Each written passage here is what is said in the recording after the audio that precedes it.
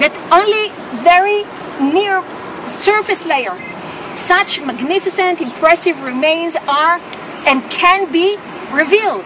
And this is for the future to come. I think that we did just the very little of the potential that in the future can be revealed. But the taste of it, you will see and can be seen, and I think is proven. So if you have questions, before we go down, I think we make two stops. One is from this area, looking down at the whole area. You know, we look down from this area down below to be able to see, you know, from here, and you'll see the structures from that side, and then we'll go around and face it from the road, and this is even more impressive in my opinion, because we'll be able to see what we have revealed newly, the whole height of the structure down to bedrock. This is 6-meter preservation of a very solid and impressive construction. So if you have questions... I just want to point out, Elat, that the best, for the photographers, the best views for stills and video are from the street. From the street. Yeah, we'll true. Yeah, we checked it yesterday, and we checked it for the last 3 months, and I can tell you that this is the best spot. So if you don't have, yeah, okay. I have a couple of questions. First of all, you said you dated the pottery shards. How did you do that with C14? Or how, no, you don't date pottery with carbon. Okay. Yeah. So how do you date them? You date them according to typology. Typology. It's something we saw very nicely this time. We know very well pottery of 7th century Jerusalem. We know it because we revealed it in many, many places. This is the destruction layers. What we revealed now is an 8th, 9th century pottery, 8th, 9th century, like 9th, 8th century, okay? Pottery that is a bit different. It has the red slip, completely different characters, but at the same time you see continuity and differences, okay? The differences are quite shown. And then we have the 10th, 9th century pottery, which is again different. It doesn't have the slipware. It doesn't have the red slip, right? Which is typical afterwards. It's not carrying the Canaanite, Jebusite, what you call Iron One tradition of pottery. It's a new thing, but it doesn't have, you know, the Phoenician influence yet. It's a different thing. Of course, we're gonna get samples of the carbon 14 just as well that will give us precise dates. But I can tell you now, from really a very detailed study for many, many years of Jerusalem, especially pottery, this is an early pottery of the Iron Age period, and it's not what we had in the city of David. It's not 8th, 7th century pottery. That's what's left in hand. This is a 10th, 9th century pottery. One of the criticisms being leveled at part of your work is that they're saying the moment you reach bedrock, it's very hard to date walls. Now you say you've reached bedrock here. What makes you so sure you're in King David's period and not 60, 70 years later? Look, bedrock has got nothing to do with it. The way you can date constructions is by the material that relates to them. When you reach bedrock, this is the final thing you can do. You cannot penetrate bedrock. Sometimes they did, by the way. But, I mean, the artificial bedrock. I mean, just natural bedrock. That's it. That's the end of the story, right? Which tells a lot. Because the construction, as you will see, was based on bedrock.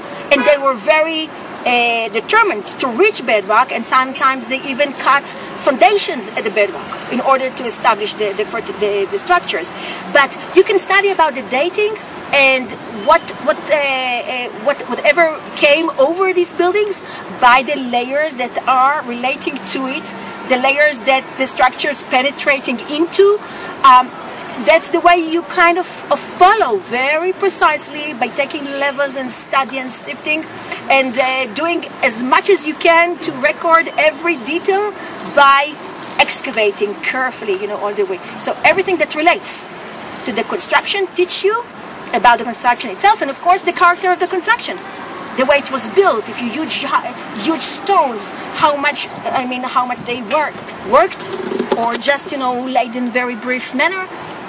You can learn so much from the so-called silent evidence, which is not silent at all.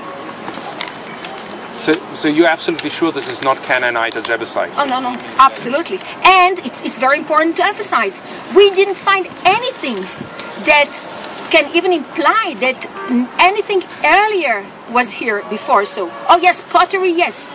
People were kind of hanging around here. This is quite understandable. But no construction whatsoever ever erected in this area as far before the 10th century. Any inscriptions or seals? We found, you know, that there was quite a revolutionary thing in the last years, because the wet sifting came into a very massive use in archaeology. So we take the areas that are most important, floor layers, fills under the floor layers, etc.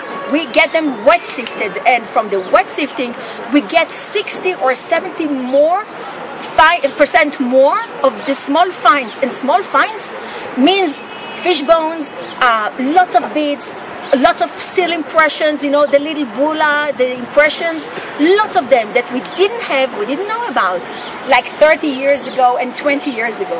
So also from these excavations, we found dozens of bulla, you know, seal impressions that contain Hebrew names and all kinds of symbols and decorations. I tell you the truth, I didn't expect that. The excavations in the last 3 months were so rich with small finds because we used the wet sifting method, and we got so much, you know, so much more small finds that could be. Any Hebrew names that you've been able to trace back to the text? Not yet. Lots. I mean, the onomasticon, you know, is very rich now. But I tell you the truth, we just finished our excavations, and I didn't have time to sit quietly and really study all these bulla one by one. It needs a very precise work, and I think to get into it right after we are, you know, settling down. You say dozens of bulla? Yes, and seals on handles, on jar handles, and small finds as well. I want to do a short stop because some of the photographers are pressed with time. So whoever wants to photograph only can go with the manager of the site, Michael, already down. We will talk for a few more minutes and then we'll go with everyone down. Okay, so בבקשה. Dr. Masar. Okay, photographers are